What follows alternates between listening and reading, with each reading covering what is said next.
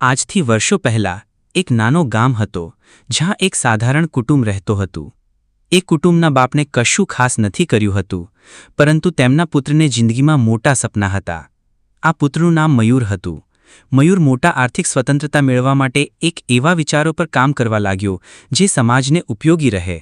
મયુરને છોટા ઉધાર મેળવવાનો અને નાના ધંધો શરૂ કરવાનો મન હતું, પરંતુ નાણાંની ઘાટને કારણે આ વિચાર અઘરો લાગતો હતો। પરંતુ મયુર હારી નથી જતા। તેણે નાના નાના ઉત્પાદનોના વેચાણથી શરૂઆત કરી। લગભગ દરેક વ્યક્તિએ તેનું મજાક ઉડાવ્યું, પરંતુ મયુરને પોતાની મહેનત પર વિશ્વાસ હતો। વર્ષો સુધી નાની નાની કંપનીમાં કામ કરતો મયુર ધીરે ધીરે પોતાના ધંધાને વિકસાવી રહ્યો હતો। તે પોતાના ઉત્પાદનોની ગુણવત્તા પર ખાસ ધ્યાન આપે છે અને તેના ગ્રાહકો સાથે વિશ્વસનીયતા બનાવવા પર વધુ પ્રારંભ કરે છે। આખરે મયુરનો શ્રમ અને પ્રામાણિકતા તેની સફળતા બની।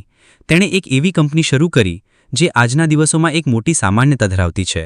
આકર્ષક આઈડિયાઝ, કઠણ મહેનત અને યોગ્ય માર્ગદર્શનથી તેણે પોતાની કંપનીને ટોચ પર પહોંચાડી। આ રીતે મયુર જેવી વ્યક્તિએ આગળ વધીને મૂંગફી, સંઘર્ષ અને મહેનતના કારણે સફળતા મેળવી।